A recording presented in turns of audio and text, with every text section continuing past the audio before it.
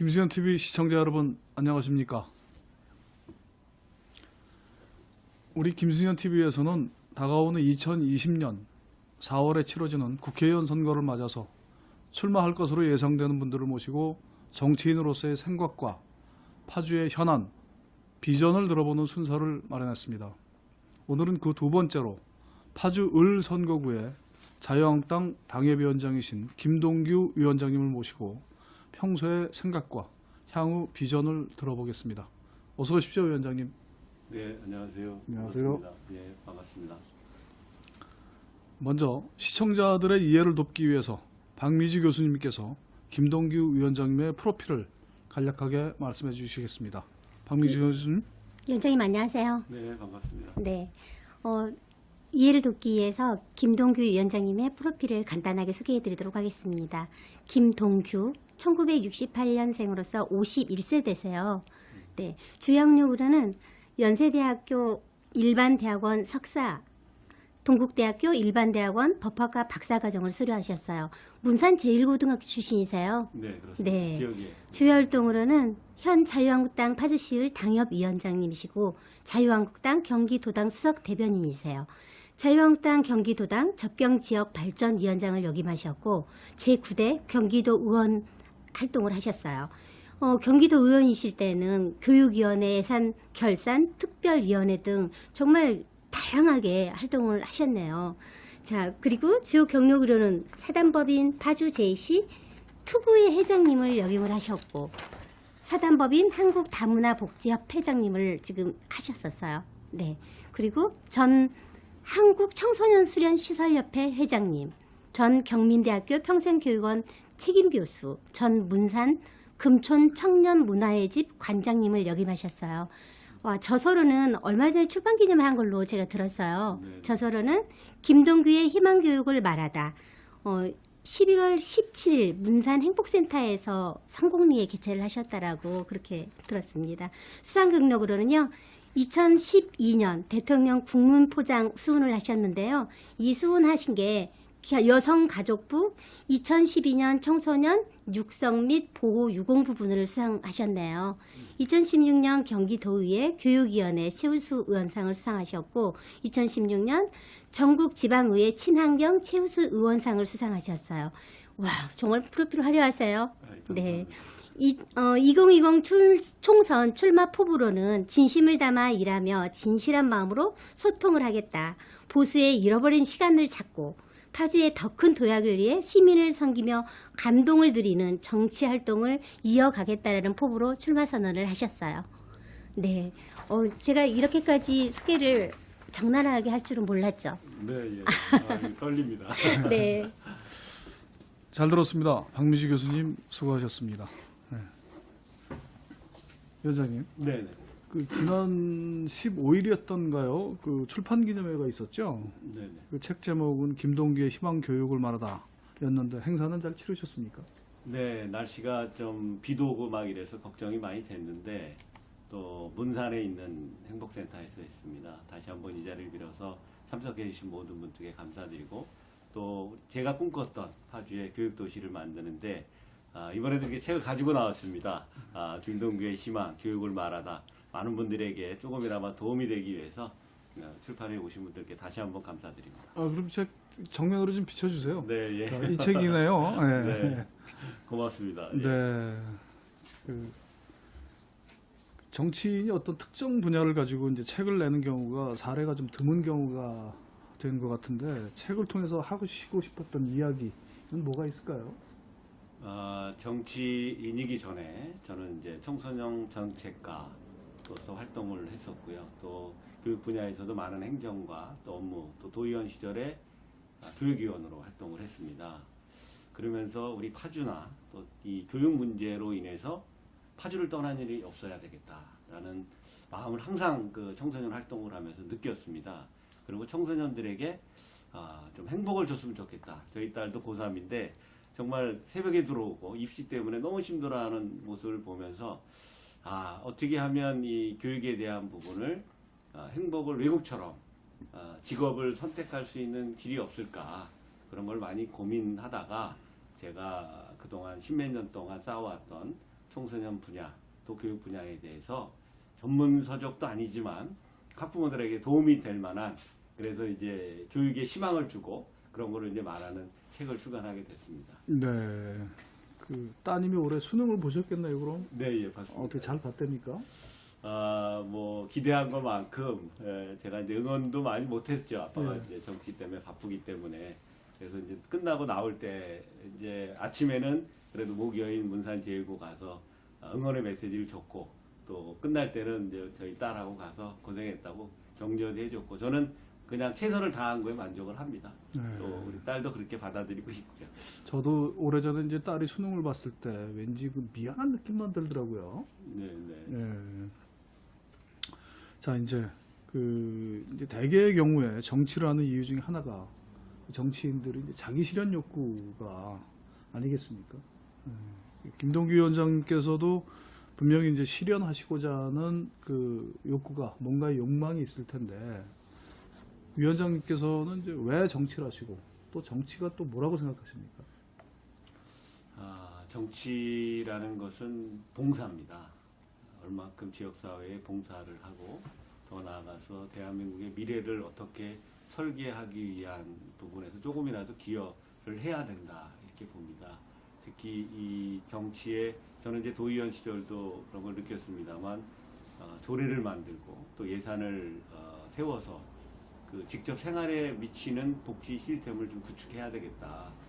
예산이 균형 있게 어느 지역의 일부만 계속 반영되는 것이 아니라 정말 필요한 곳에 예산이 반영이 되고, 또 더 나아가서 필요한 조례를 만들 수 있으면 만들고, 더 나아가서 이제 법을 개정을 해서 시민들이 행복한 삶을 만드는 것이 정치인의 가장 저는 기본이라고 생각을 합니다. 그래서 제 슬로건이 타주를 행복하게 할 사람이었거든요. 또 제가 행복 전도사로서도 방송 활동도 했었던 것처럼 지금은 굉장히 많이 어려움을 겪고 있습니다. 경제적인 문제, 또 안보적인 문제, 더 나아가서 외교적인 문제까지도 요즘 많이 어려움이 있어서 우리 정치인들이 신뢰를 받을 수 있는 정치인으로 거듭나기 위해서는 최선을 다해야 되는 건 기본이고, 더 나아가서 직접 발로 뛰고 머리로 하는 정치가 아니라 몸으로 뛰는 정치인들이 많이 나왔으면 하는 것이 제가 정치를 꿈꾸게 됐던 그런 부분이 되겠습니다. 네. 그 이제 자유한국당 이야기를 아무래도 이제 소속된 정당이니까 이야기를 안 할 수가 없는데요. 그 당 소속의 이제 김세현 의원이 말한 바대로 존재 자체가 역사의 민폐다, 이러면서 이제 당을 해체하자라고도 했고, 또 소속 의원들의 뭐 막말이라든가 또는 상식선에서 벗어난 듯한 그런 모습들로 인해서 많은 유권자들에게 실망을 주기도 하고, 그렇게 했는데 보수 정당이 자유한국당이 지향해야 될 모습, 무엇을 지향해야 되고 어떤 모습이어야 할까, 이렇게 생각했습니까? 참 정당 얘기하면 참 많이 어렵습니다. 또 유권자 여러분, 또 우리 지금 이 방송을 보고 계신 시청자 여러분께도 너무 죄송합니다. 저는 우리 당이 잘못했다, 국민들에게 신뢰를 잃고 또 아픔을 드린 것만큼 다시 더 야당으로서의 더 많은 고통을 저는 받아야 된다고 생각합니다. 그러나 그 누구도 어려울 때 다 당을 버리고 떠났습니다. 그렇지만 저 김동규는 당을 지켰습니다. 제가 도의원 시절에 그런 어려움이 있으면서도 어떤 보수의 가치를 높이기 위해서는 저는 한 길을 가야 된다고 생각을 했었기 때문입니다. 지금 당이 어렵다고 해서 서로 분열되는 것이 아니라 이제는 서로 보수가 하나를 가야 된다고 생각을 합니다. 지금 한국당은 위기가 아니고 이런 고통을 겪으면서 새롭게 더 도약할 거라고 저는 보고 있습니다. 그것이 바로 희망이거든요. 그렇지만 지금까지 보수를 지지했던 분들이 지금은 그 분열되는 것이 아니라 거기서 하나를 만들기 위한 그 과정이라고 생각을 합니다. 친박이다 비박, 이거는 없어진 지 오래입니다. 또 중앙당에서도 그렇게 요구하고 있습니다. 그렇지만 집을 나갔다 잠깐 들어온 분들도 이제는 다시 새로운 집에 들어오면 화해를 해야지, 또 다시 싸우자고 하면 또 다시 나가는 현상이 되면 당이 분열되기 때문에, 그러면 앞으로 가장 중요한 내년 4.15 선거에서는 분명히 우리 유권자들이 심판을 하기 때문에 지금은 당이 정신을 차리고 다시 한 번 더 우리 집권 보수로서의 개인과 더 나아가서 우리 집권을 이렇게 70년 역사를 바로 세웠던 보수 정당으로서의 역할을 저는 기대하고 있고, 여러분들이 걱정하는 만큼 보수가 그렇게 함부로 막 무너지거나 흔들리지 않을 거라고 저는 봅니다. 그리고 또 황교안 대표나 나경원 원내대표께서 지금 열심히 지금 당을 수지르고 있기 때문에 조금만 더 기다려 주시면 이 과정이 잘 수습이 되고, 앞으로는 우리가 주장했던 안보 문제, 더 나아가서 경제 문제를 해결하는 정당으로서 자리를 잡을 거라고 보고 있기 때문에 여러분들께서 많은 지지를 부탁드립니다. 예, 뭐 마치 선거 유세하시듯이 말씀하셨는데 그 보수의 가치가 이제 매우 중요하지 않겠습니까? 보수로서 또 보수 정치인으로서 가장 중요하다 그런 가치가 있다면 어떤 게 있을까요? 뭐 보수와 진보 이런 말씀 얘기를 많이 합니다.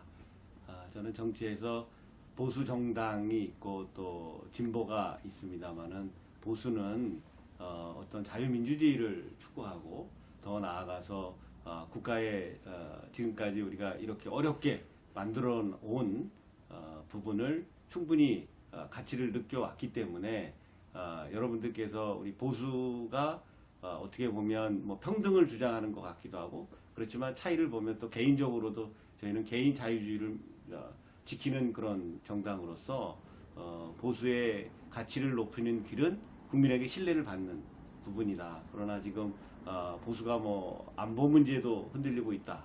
더 나아가서 경제적인 문제, 또 외교적인 문제에서 많이 흔들리고 있다라는 부분이 아니고, 저희가 어려운 그 산업사에서부터 지금까지 4차 산업혁명 시대까지 오기까지 어려운 과정 속에서 보수가 그만큼의 많은 가치를 높였다. 경제적인 문제, 또 외교적인 문제도 저는 대응을 잘 해왔기 때문에 큰 어려움이 없었다. 그렇기 때문에 앞으로는 이 보수의 중요한 가치적인 문제는 여러분들이 믿고 신뢰하는 그런 정당이 바로 우리 보수의 정당이라고 이렇게 보겠습니다. 네. 파주 이야기를 좀 하겠습니다. 네. 파주에 여러 가지 이제 많은 현안이 있지 않습니까? 근데 위원장님이 보시기에 가장 큰 현안은 무엇이고, 그 해법은 무엇이라고 생각하십니까? 또 파주 관련되어서 꼭 필요한 법안이나 또는 제도 같은 것이 있다면 어떤 것이 있을까요? 저는 파주를 한 번도 떠나보질 않았습니다. 초등학교 때부터 직장 생활까지 또 도의원 시절까지 파주에 어떻게 보면 정말 제2의 인생을 다 파주에서 바쳤다. 어린 뭐 시기도 있었지만 그래서 누구보다도 파주를 잘 압니다. 그러면 저희가 느꼈던 어렸을 때의 시절을 보면 첫 번째가 이 군 문제입니다.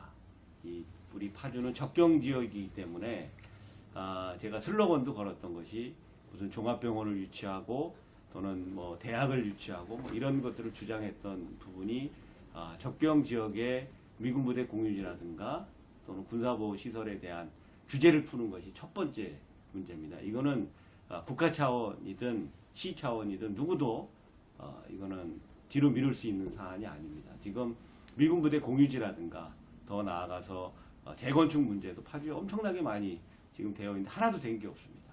그것은 바로 접경 지역에 관련된 피해를 봤었던 농민들이라든가 또는 건축에 대한 행위라든가 이런 것들이 기업이라든가 이런 것들이 우리 파주의 면적이 서울과 안양을 합친 면적을 가지고 있고 인구도 46만으로 지금 가고 있는 대도시에서 이런 그 군사보호 문제 때문이라든가 또는 접경 지역에 관련된 이런 규제를 저는 무조건 풀어야 된다 이렇게 생각을 하고요. 두 번째는 우리 파주는 저는 이제 파주가 고향이기 때문에 이렇게 막 발전하고 이러는 것을 사실은 좋아하지 않습니다.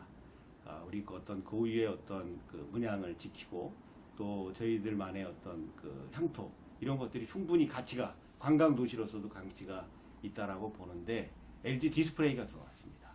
그러면 파주는 미래 도시입니다. 산업 도시이기 때문에 LG 디스플레이를 살려내야 됩니다. 제가 지역구를 원롱으로 있을 때 정말 마음이 아팠습니다. 저는 LG 공장이라고 가감히 말씀드릴게요. LG 대기업이 있는데도 불구하고 아직 원롱 주변은 발전을 못하고 있는.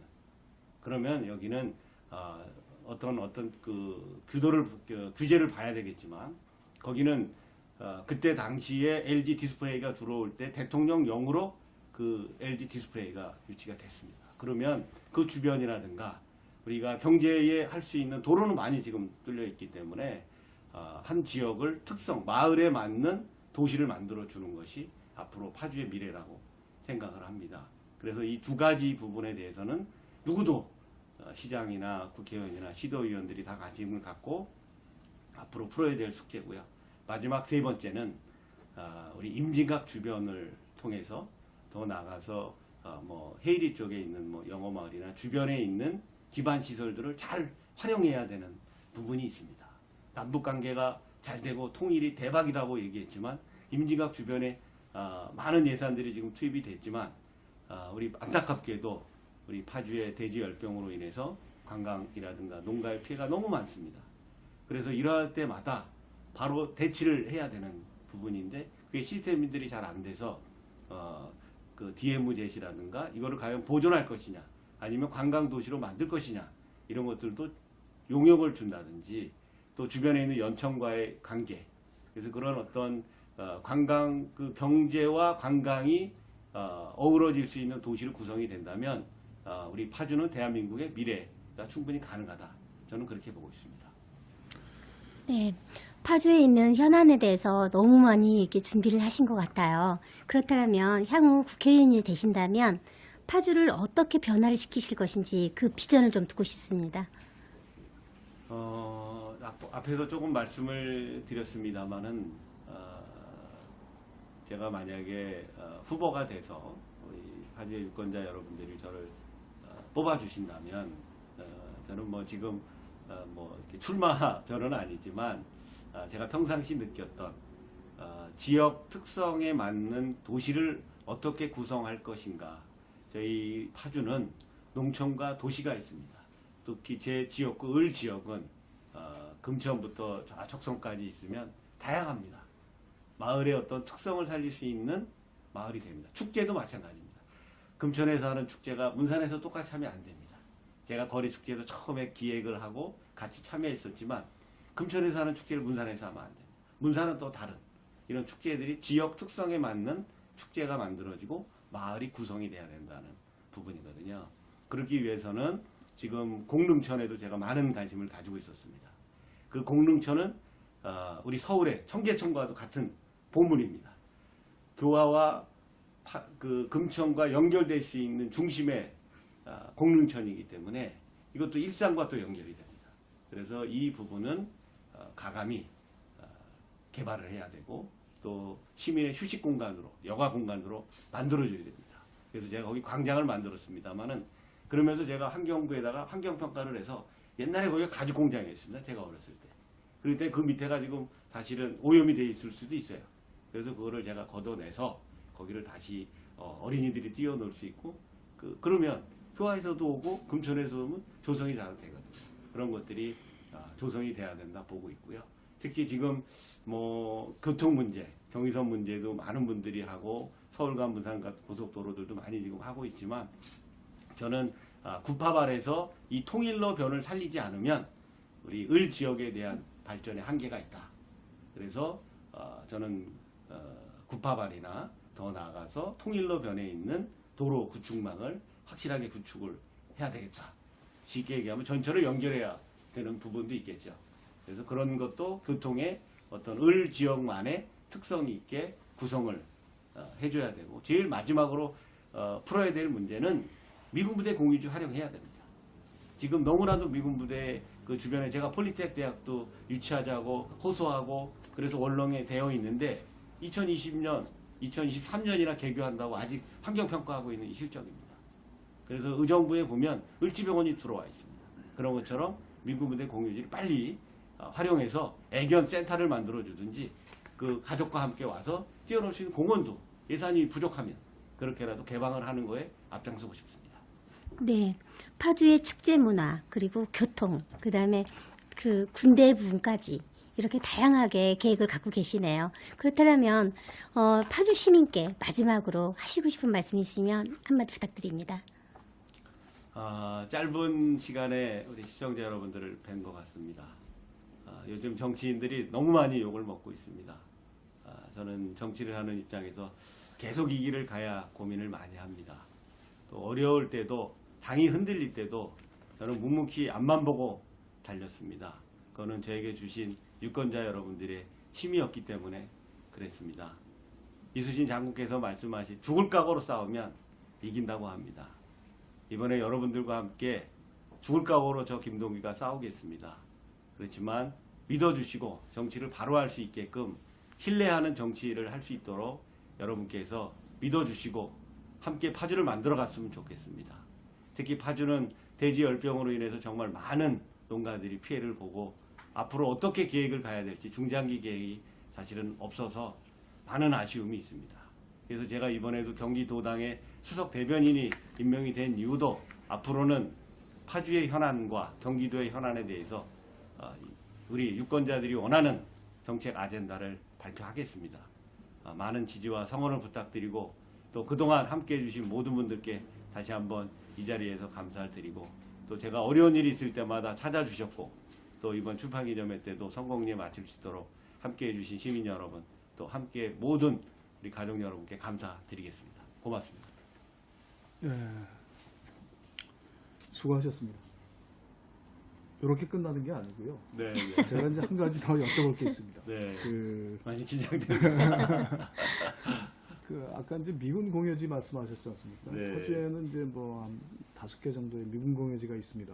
네. 이제 그 중에서 지금 현재 그 월록면에 있는 캠프 에드워드 같은 경우에는 아까 말씀 주셨듯이 폴리텍 대학이 계획만 돼 있고 아직까지 구체적인 어떤 행위를 못 하고 있죠. 네, 네. 근데 지금 파주시에서 계획을 하기로는 거기에 무슨 그 주택단지 뭐 주로 그래서 아파트를 많이 짓겠다라는 이런 계획을 가지고 얼마 전에 이제 그 사업자를 모집을 했지 않습니까? 네, 네.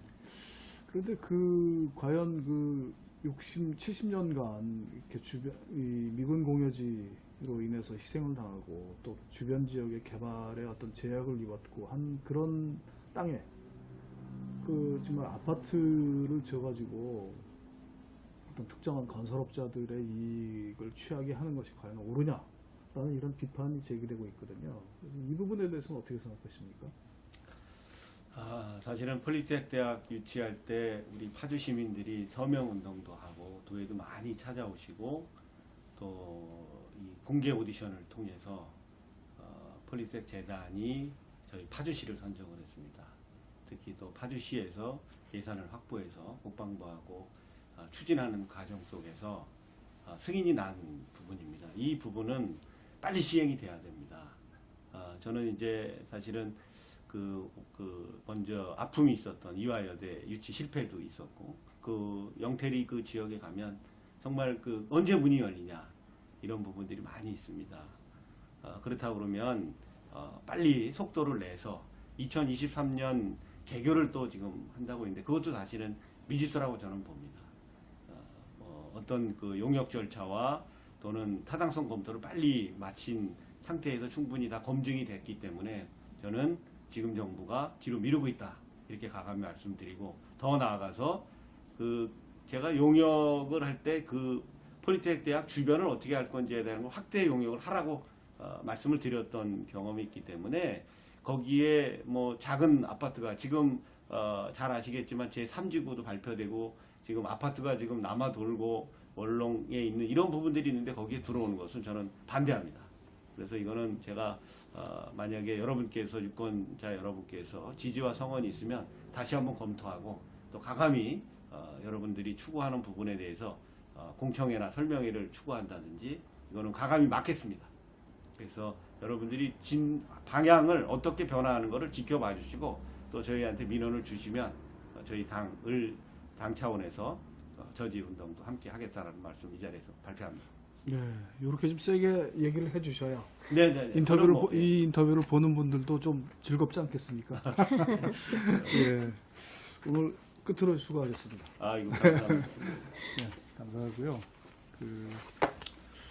오늘 김승현 TV에서는 2020년 총선 출마 예상자 릴레이 인터뷰 두 번째 순서로 김동규 자유한국당 파주을 당협위원장님을 모시고 정치에 대한 생각과 지역 발전에 대한 비전을 들어보았습니다. 시청자 여러분들은 어떻게 보셨습니까? 오늘의 인터뷰가 지역 시민들의 선택에 조금이나마 도움이 되었으면 하는 바람에서 시작을 했습니다만 평가는 시청자 여러분들의 몫으로 남겨두고자 합니다. 오늘 나오셔서 좋은 말씀 들려주신 김동규 위원장님 감사합니다. 고맙습니다. 이상으로 파주신문 유튜브 채널 김수현 TV 총선 주자 릴레이 인터뷰를 마치겠습니다. 여러분들의 좋아요, 구독은 김수현 TV에 더 큰 힘을 실어주시는 겁니다. 좋아요, 구독 꼭 부탁드리겠습니다. 감사합니다.